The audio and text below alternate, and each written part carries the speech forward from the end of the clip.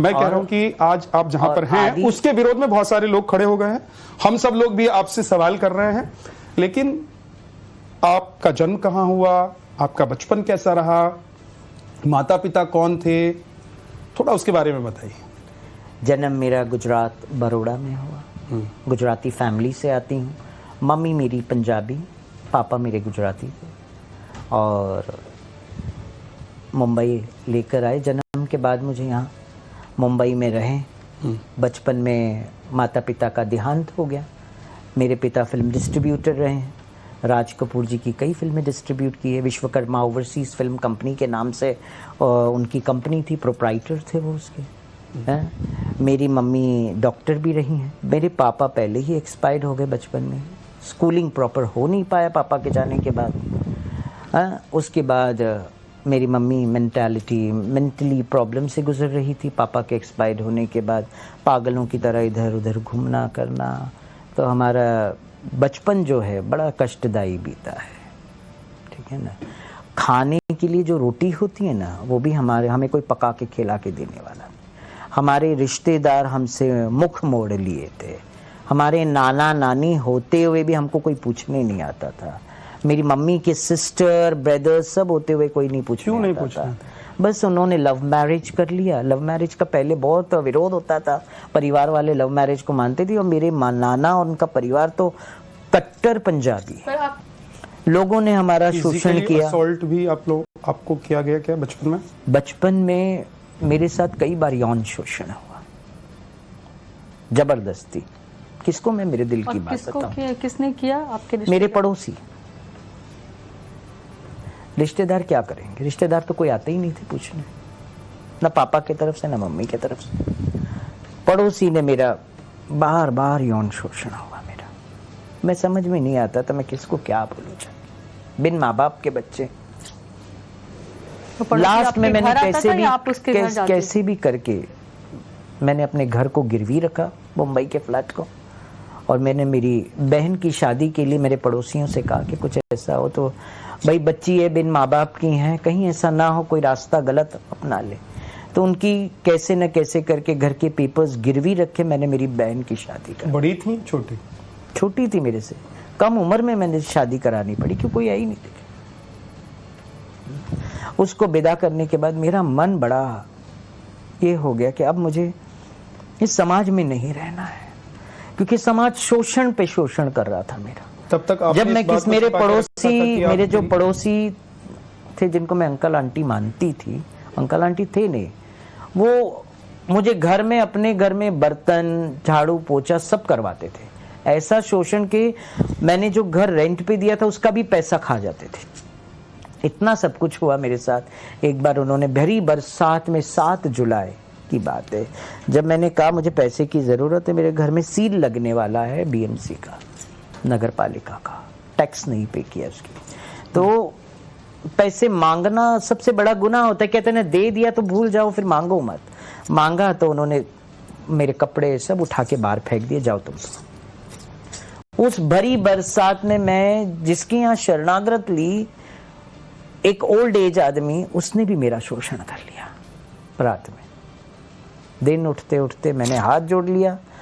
मैंने कहा अब ये समाज से मुझे दूर होकर सिर्फ भगवान का नाम लेना है। तब मैं मीरा रोड इस्कॉन में जाती रहती थी, मंगलाचरण वगैरह अटेंड करती थी। मैं उस मीरा रोड इस्कॉन में गई, वहाँ शरणागत लिया और वहाँ सेवा करना चालू किया।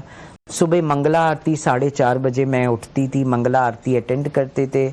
भगवान बोलते हैं ना, 108 माला का जाप हम करते थे, और हर रोज श्रीमद् भागवत और भगवत गीता के एक श्लोक का अध्ययन इस्कॉन में होता है। ये आप सब भी जानते हैं, और मैं भी उसका अध्ययन करती थी। फिर आप मुंबई छोड़ के चली गई या मुंबई में रही? नहीं, वृंदावन या मथुरा जाना कैसे हुआ? फिर आध्यात्मिक की यात्रा की इस्कॉन मीरा रोड के वनमाली प्रभु ने लेटर दिया और मुझे दिल्ली भेजा। दिल्ली राधा पार्थ सारथी टेम्पल है, वहाँ रही मैं। वहाँ रहने के बाद मेरा मन था कि मैं कैसे न कैसे करके मेरे कान्हा की भूमि पे जाऊं, जहाँ मेरे कान्हा की लीलाएं होती है। तो मेरे बड़े मन में बहुत उत्कंठा थी, तो मैं ब्रजभूमि वृंदावन चली गई। और ब्रजभूमि वृंदावन में जैसे ही गई तो मीरा रोड के कुछ डिवोटीज मुझे मिले। उन्होंने बोला आप यहाँ कैसे? मैं बोला मैं पहली बार है। बोले रहने का मैं नहीं है, मुझे कुछ पता आपने सबको बता दिया था कि आप नहीं, मैंने किसी को नहीं बताया, मैंने किसी को नहीं बताया। छुपा के रखा? छुपा के। क्यों छुपा के रखा? क्योंकि ओरिएंटेशन नहीं छुपाऊंगी तो किन्नर को आश्रम में या कहीं जगह मिलती। उस वक्त कोई आश्रम में जगह नहीं। आपने कब बताया? मैंने आपको बताती हूँ पूरी बात। जब मैं वृंदावन में गई, इस्कॉन में मुझे स्थान मिला रहने के लिए, वृंदावन इस्कॉन में खाने के लिए रोटी मिला और सेवा मिली बुक्स डिस्ट्रीब्यूशंस की। और उस वक्त मैं सिर्फ लुंगी पहनती थी, वाइट कलर की कुर्ता पहनती थी और एक चादर ऊपर ओढ़ लेती थी, बस इतना ही था मेरा स्वरूप। तो आपका असली नाम पहले क्या था? मेरा जन्म जो नाम था हेमंत। मतलब आप एज अ लड़का पैदा हुई, मतलब समाज ने आपको एक लड़का नपुंसक माना। मेल जिसको कहते हैं, जैसे नपुंसक मेल होता है ना, हाँ। वैसे जो मतलब प्रजनन नहीं कर सकता है वो उसको। तो मैं मेल तो पैदा हुई जरूर, मगर मेरे अंदर की जो फीलिंग, जो भाव वो अलग ही थे बचपन से ही। और लोगों को पता तो चलता था कि भाई ये लेडीज की तरह उठना बैठना बात करना ये सब चीजें हैं। तो जब मैं इस्कॉन में आई तो मुझे ये सब पहनना, ओरिएंटेशन को छुपाना पड़ा, क्योंकि मुझे छत चाहिए सर पे, खाने के लिए रोटी चाहिए। और मुझे बचपन से उत्कंठा थी शास्त्रों की, बचपन से। और उसके बाद मैं वहाँ रह के सेवा करने लगी। मुझे गुरु मिले इस्कॉन में। वेद व्यास प्रिय स्वामी मेरे जीवन के, आध्यात्मिक जीवन के सर्वप्रथम गुरु मेरे वेद व्यास प्रिय स्वामी हैं। मैंने सुना कि आपने वृंदावन भी छोड़ दिया। मैं सब बताती हूँ आपको, है ना। तो मुझे गुरु ने कहा कि I want you to take a knowledge of Bhakti Vaibhav, भक्ति शास्त्री कोर्स आप करें और भक्ति वैभव कोर्स करें। तो मैंने कहा गुरुदेव मुझे कोर्स करके क्या करूँगी, मैं तो सेवा में तल्लीन हूँ, बस मुझे और कुछ नहीं चाहिए।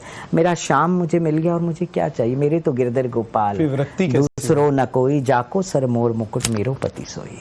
तो गुरु ने मुझे गुरु दीक्षा दी कार्तिक की पूर्णिमा में। गुरु दीक्षा दे के उन्होंने मुझे कहा कि अब आप भक्ति शास्त्री का कोर्स करो। फिर मैंने भगवत गीता का कोर्स किया, ईशो उपनिषद का कोर्स किया, नेक्टर ऑफ डिवोशन का कोर्स किया। उस दौरान की बात कर रही हूँ, बहुत पुरानी बात है ये। आज मैं 45 साल की हो गई हूँ, 45 से ज़्यादा मेरी एज है, और उस वक्त मेरी एज कुछ नहीं थी। ये सवाल जो है इसका मुझे लग रहा है कि बहुत सारे लोग जवाब जानना चाहते होंगे कि एक वो है कि एक लोगों के बीच में एक बात होती है कि किन्नरों की जब मृत्यु हो जाती है तो अंतिम प्रक्रिया जो होती है, क्रिया जो होती है, उस वक्त अंधेरे में या तो उसको किया जाता है या बाकी जो आम लोग होते हैं उनसे छुपा कर किया। क्या ये सत्य है? और अगर ये सत्य है तो ऐसा क्यों किया जाता है? इसके पीछे क्या वजह है? देखिए, ये तो कभी कभी कई लोगों ने पहले ये प्रथा बना रखी कि अंधेरे में लेके जाना, रात में लेके जाना, है ना। ये तो कहीं शास्त्र में वर्णन ऐसा है नहीं कि आधी रात को किन्नरों को लेके जाया जाता है। शिव पुराण में भी वर्णन नहीं, उत्पत्ति का वर्णन सब जगह है, मगर जो आधी रात को लेके जाने का ये कहीं शास्त्र में वर्णन, ये अपना जो है ना एक बना दिया कि भाई आधी रात को लेके जाना, दुनिया को दिखना नहीं चाहिए कि किन्नर की अर्थी उठ रही है। देखिए, जो किन्नर जिस जात का है, मुस्लिम समाज का अगर किन्नर है, जो बच्चा मुस्लिम में पैदा हुआ, उसको कब्र में जाना चाहिए। जो सनातनी है, जो सन्यासी है, उनकी समाधि बनती है।